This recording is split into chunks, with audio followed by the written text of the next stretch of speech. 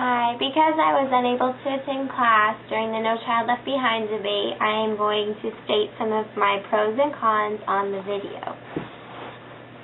Children of the U.S. and the U.S. school systems are immediate beneficiaries of the Act. The Bush administration and Congress had American students and their educational well-being in mind. There are obvious advantages of the Act. No Child Left Behind provides schools with more funding. With this funding, it can go to various factors such as assessment, early literacy promotion, school improvement, high-quality teachers, as well as tutoring. No Child Left Behind also promotes parent involvement with the students and the improvement of the schools. The Act seeks quality teachers to teach the children in America. Teachers must have an appropriate degree for what they are teaching. They must pass a national qualifying exam, such as the Praxis 2, and the teachers are expected to educate based on research teaching methods. No Child Left Behind provides training and improvements for the teachers. Along with quality teachers, No Child Left Behind also provides more responsibility to schools and the districts, as well as decision-making to ensure learning and progress of the students.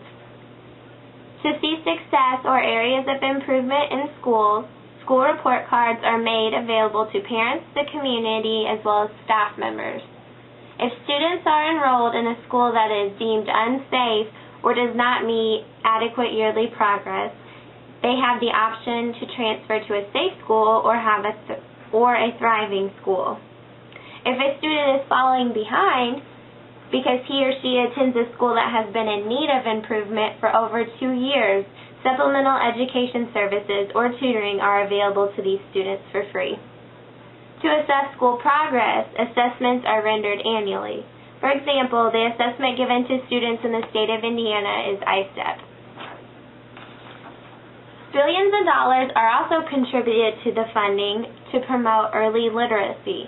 No Child Left Behind Act wanted to have all students reading at or above their grade level by the end of the 3rd grade.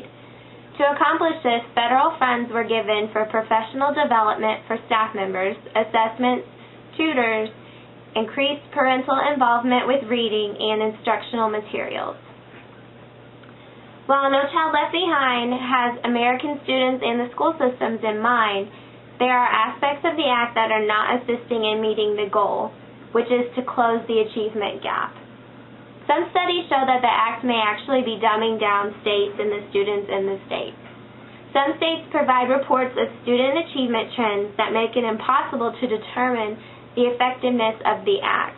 Standards have been lowered so students can meet them, and it's difficult to assess results from state to state as to states implement standards differently. Money is obviously a con to the Act. To implement the No Child Left Behind Act, billions of dollars were required for the Act to be effective.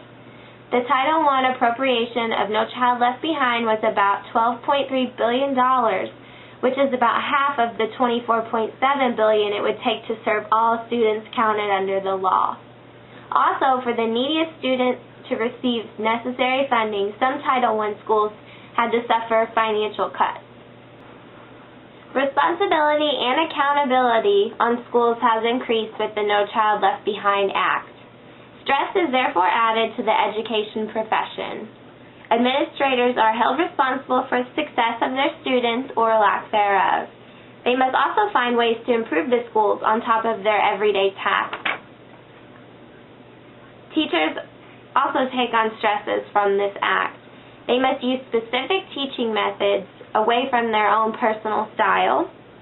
They must also take away time from instruction to prepare and administer annual assessments.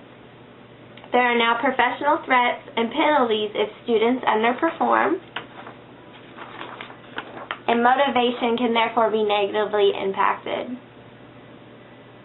Lastly, No Child Left Behind seeks to meet educational needs for the students, which is an obvious pro, but it does not meet the personal needs of the student. These personal needs could very well contribute to poor academic performance.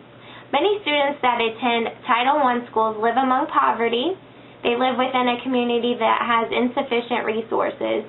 They either received poor health care or could be experiencing inadequate nutrition. They may have a mental illness.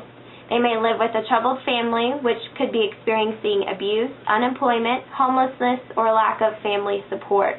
All the above, plus more, could be negatively affecting their learning.